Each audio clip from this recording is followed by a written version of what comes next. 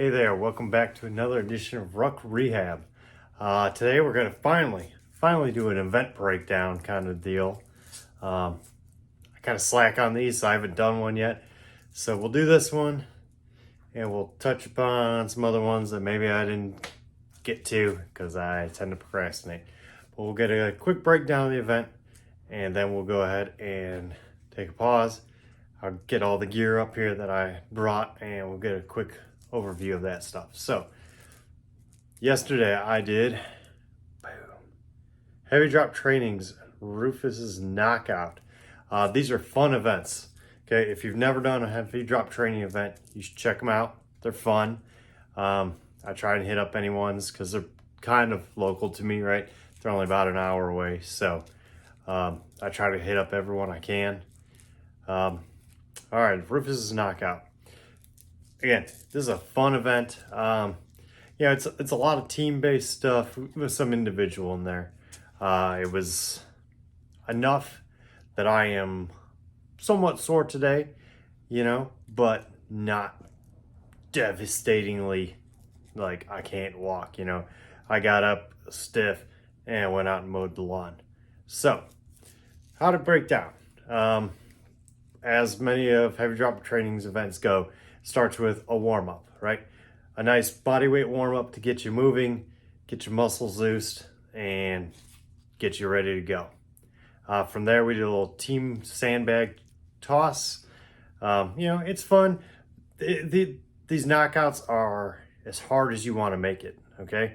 You could be dumb like me and be an overpacker and bring like a 60-pound sandbag, or you could be smart like other people.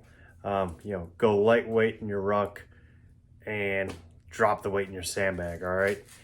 These knockout events, it is your choice. So that's what's pretty awesome and what I probably didn't make the best decisions on, but hey, it is what it is, right? So you get to choose what your ruck weight is, what your sandbag weight is. So we did a little team sandbags. There were 3 people chained together and toss them down the line, back and forth for a while. So get you good, get you moving. From there, we rucked up to a little playground area, right? It's a playground. It's a fun time. And we basically did like an obstacle course where we had to move everybody and all of our gear, sandbags, not rucks, all throughout this whole playground while there's kids playing on it. We're crawling on nets, doing balance beams. There's even a rock climbing wall you had to like traverse across and then get to the top of. And then we ended up with going down a slide. So again, a good time. From there, we're right over here on Lake Erie. So we headed down to the beach for a little time in the lake. So just a nice little AMRAP in the water. Again, there's no set, like this is what you got to get done. This is what's going to happen if you don't. It was work at your own pace, do the work. And I think it was like every 5 minutes of the 15, there was a splash minute, just splash around in the water. And it was great. It was nice cool down. It was pretty warm yesterday. And then after that, we got into a little bit more work. A nice lower body burner. It's individual. Hey, here's what's the exercises are. Here's the volume. Unlike the competitive division on the other events, this is a work it however you want. One of the movements was a bear complex. If you hate that, save it for the end. You might not get there. So basically, it gave us like an hour and breakdown of all that stuff. And again, you go at your own pace. You do as much as you want to do. It was, no pressure. No pressure to get it done. And after that, we had a nice friendly race around the park. And ended. It's a good time. I see a lot of people that I see at all their events. So you get to build some friendships out there, meet some other people who are super friendly. So I would tell you to highly recommend checking out a heavy drop training event. Now, aside from the knockdowns, I'm going to toss that patch down here now. I have also done their throwdown event in the competitive division. So there are standards for weight, there are standards for the movements. It's a 16-hour, and again, it's a competitive event. So it's not going to be as easy. Now, they do have a non-competitive division, the lulls division, which is a good time, and which is where I probably find myself at for the next one, just because you can't compete with some of these young dudes. But that was a good one. I was able to hang on that one and got third. And so if you're in the top 3 for any of them, and they do them across the country, you get invited to the ultimate throwdown, which is a 24+ hour event. And it is work. All right? There's no sugarcoating that one. Like, you are there to do work. And even then, that's one where I was like, my only goal is to just hang on to each, whatever you want to call it, evolution. And we did that one, I think it was like 25 hours and 45 minutes till we ended it. And again, it's a good time. It might suck at the moment, but it is a good time afterward. You're like, I don't know. I find that their events make me push myself further than I really thought I would go. The difference between those and, like, say, a Go Ruck event is, like, there's not really, I don't know.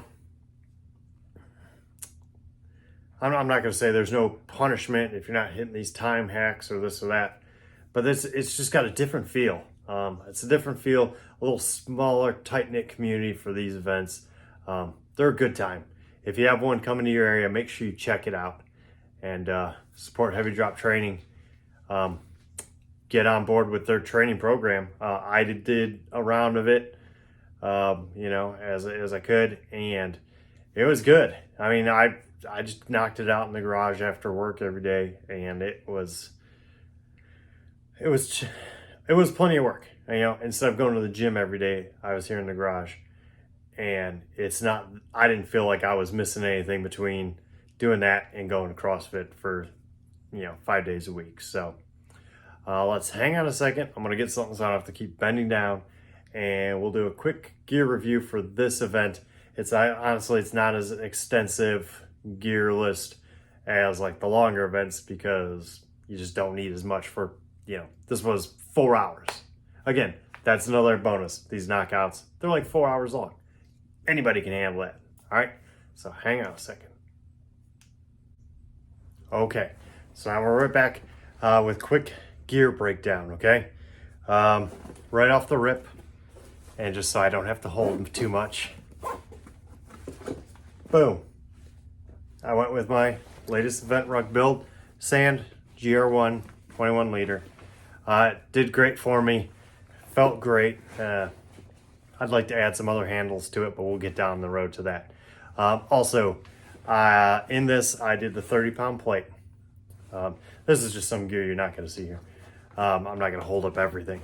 So 30-pound plate in this. I also brought my 60-pound Go Ruck sandbag. Again, in these events, you could choose whatever weight and sandbag weight you want. I have a variety of sandbags because I like sandbags. I like the Go Ruck ones. I like the Rogue Fitness ones. I don't own any, but I've used some Brute Force ones. They're good. Some of them, they're just not so good, So I like those top 3 because they have a nice amount of handles for the work you're doing. Also, on the feet, Mac V1s. I just like wearing boots. I saw a lot of tennis shoes out there, and I was like, man, maybe I should look into wearing some tennis shoes, because these, they're a little beat there, but that sole's coming off there. It's going to be time for a new pair. Boom. So, as much as I like wearing the boots, I would also like to maybe branch out into some shoes, some tennis shoes, just for comfort. Not that, for me, these Mac V1s are comfortable, so it is what it is. And what else don't I have right here? 3-liter source bladder. But I love the source bladders. They are durable. Camelback, a little iffy for me. You know, I've busted 1 or 2 in my life, but source I've had 0 problems with. You know, you can modify. I've modified my hose so it's all quick disconnect for every piece of it. It's great. Cleans up super easy. That's why I like it the most. Unlike the Camelback I have where you got the little opening and this weird setup to hold it. The source ones open at the top. I can fit that thing in up to my elbow, scrub it all out, and leave it open so it can get dried. All right, so let's see, what else did we bring here? Boom. Gloves. Mechanics gloves are my go-to. I've just always used mechanics. They clean up good. They feel good. It is what it is. Just gonna chuck them on the floor. My always go-to. It's Good Work Smidge with an inhaler in it because sometimes I need an inhaler and I have one. And the bright orange pouch makes it easily identifiable to me or any teammate who might need to get it for me. If I, you know, it's in my bag usually, or in a boogie bag if you're carrying one. So that's my new, I don't know, my new way of carrying things. I didn't really use the boogie bag much at first, but now I do, and now I keep this up front. But if you don't have it, it's easy to be identified by others. I like to bring some gum. You know, it's just a little morale booster. Yeah, I like to bring some candy. I brought some M&Ms yesterday. You know, it depends what you're doing. So, carabiners, I don't know. Just get whatever you like. I like this guy, and I don't know what brand it is, if that's a brand. I think I got these off of Amazon or something, but they're big. They're nice and springy, and they spin close. That I like. I like a lock-in carabiner. One of the most important pieces of any event gear that I have, butter. If you know, you know. If you don't, you put this in some areas that you might have some rubbing, right? Rubbing, chafing. Since I started using this for events, I've had 0 issues. So check that out. You can get those little ones. I get them at a bicycle shop near me. Sometimes they have the big tube. I like the little ones because I can bring one. I can throw a couple in my bag in case somebody else needs one. Pro tip, put it on before the event because once it starts chafing, yeah, it's not going to be comfortable. When I was at the bike shop, they gave me some Cliff blocks. You know, they hooked me up because I go in there all the time. So they're like, here, try these out. These are not bad. I haven't opened one that I had. They're tasty. They got a little bit of caffeine in them. Not bad. Oh, there it is. Headlamps. I own 2 different ones. I don't know. I don't really have a favorite. This is a Princeton Tech. It's nice. My key features are red light, white light. That's it. That's all you need. Nothing fancy. Make sure you have batteries. This is like my little emergency bag. I've got some, I don't know, I call it LMNT, electrolyte powders. Bring one, bring some for yourself. Bring some to share. On top of that, I don't know what they're called, Salt Tab Chews. They're electrolyte tablets. And then I throw in some Tylenol in there, just in case. So you don't want to overdo electrolytes, but they're a lifesaver as long as you have them. And then my final piece. This is a Pelican case. I forget what the number is, but I use this for my essentials. So open this thing up. Boom, right off the rip, that's where the phone's going. It's waterproof, crush proof. Keeps the phone in there, keeps it nice and dry. On the back side of that, got my ID, my cash, that, quitter's cash if you need it for an event. I'm gonna try to get sideways here. Inside here, you can't put much, but I try to keep a little bit. I've got a blister kit, my butter, an extra reflective strip, and batteries for my headlamp. So that way you got everything you need. Additionally, I usually always pack a silcock, right? It's a little cross tool. I don't have it right here, for turning on water spigots in case it's a longer event and you're gonna be traveling far, and you need a refill, and people are like, well, where are we gonna go? Yeah, you can borrow some water. I used to be, and I still am, an overpacker for events, because I'm like, hey, I'll bring one for me, I'll bring one for my buddy, and I'll bring one for my new buddy.